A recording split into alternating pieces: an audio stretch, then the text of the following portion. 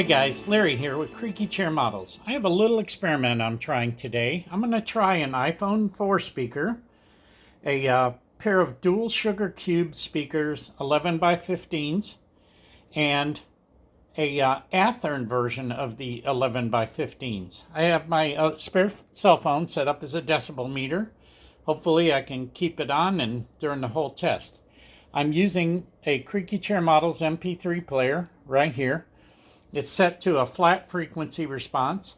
I'm going to do 5 frequencies: 250, 500, 1 kilohertz, 2 kilohertz, and 3 kilohertz. And we'll be able to, they're separated by 5 seconds, so you got to kind of bear with the silence.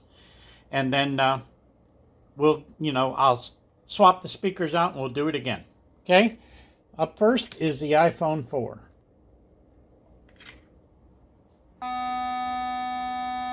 That's 250.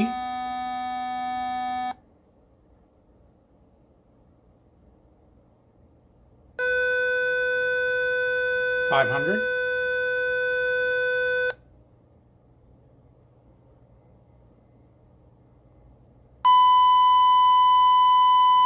$1K.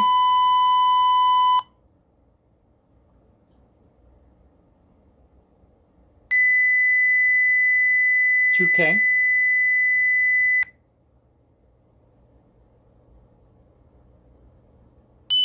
$3K.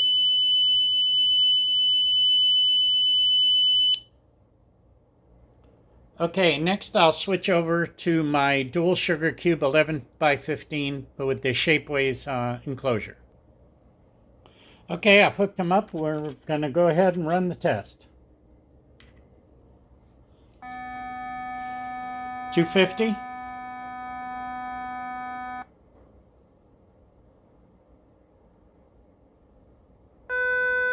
500.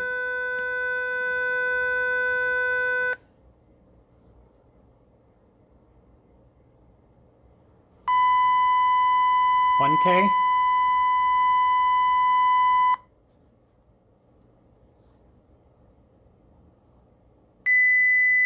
2K.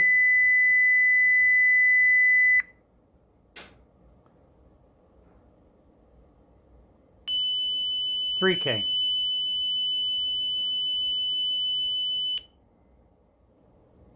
Okay, I've moved over to the Athearn enclosure. I'll note on this one, I'll give you the part number. It is ATH85111.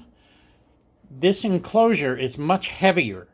It feels like it might be made out of a light metal like aluminum. So the cost on this is about 25 bucks. 250.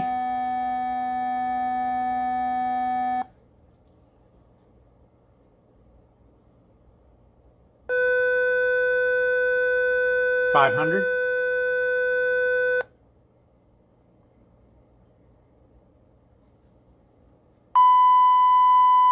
1K.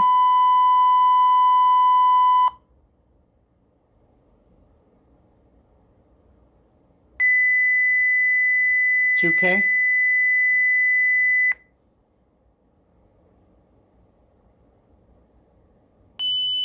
3K.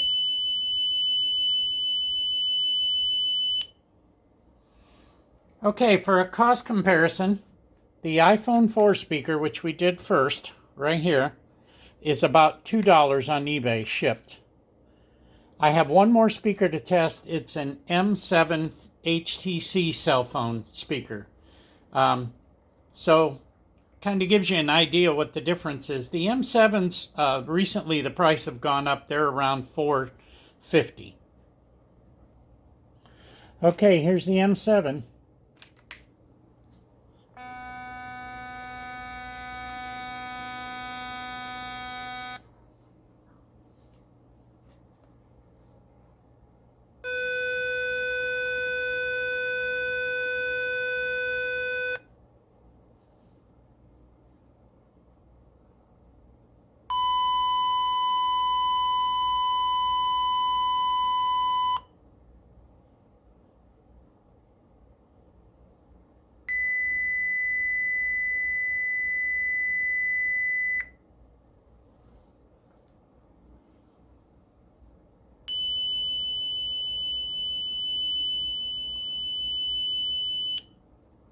Okay, guys, I decided to do one more test.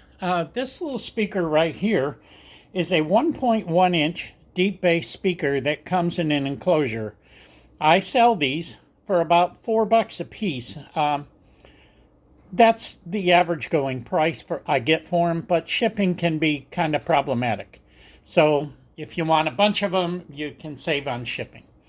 At any rate, it's got a bass reflex port in the back, and it's got a little knurled knob here that you can hang it on. But I thought I'd show you this one for comparison also.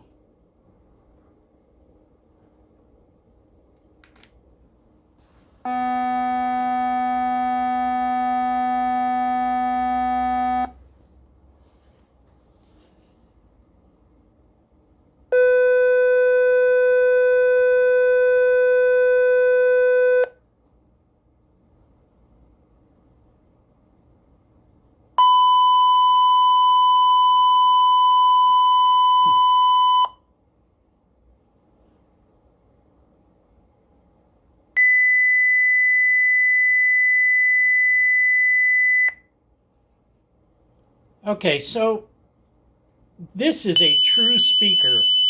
That's the 3 kilohertz.